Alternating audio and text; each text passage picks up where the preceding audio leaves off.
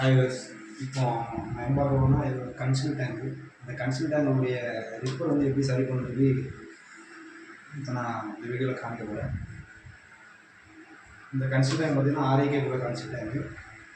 இதில் உள்ள ரிப்பர் வந்து கேட்ரேஜ்னு சொல்லுவாங்க. ஒரு சில இன்னொரு நிறைய விஷயங்கள் இதில் பேர் இருக்குது. இந்த கேட்ரேஜ் பார்த்தீங்கன்னா இதில் வந்து ஒரு வாசர் வரும்.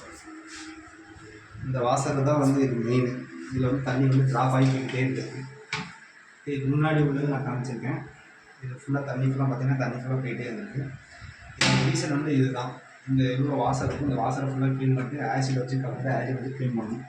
இதுக்கு நார்மலாக உள்ள ஆசிட் எதுனாலும் வச்சு க்ளீன் பண்ணிக்கலாம். மெயினாக வந்து ஆசிட் போடும்போது இது மாதிரி க்ளோஸை போட்டு தான் நீங்கள் வந்து க்ளீன் பண்ணணும்.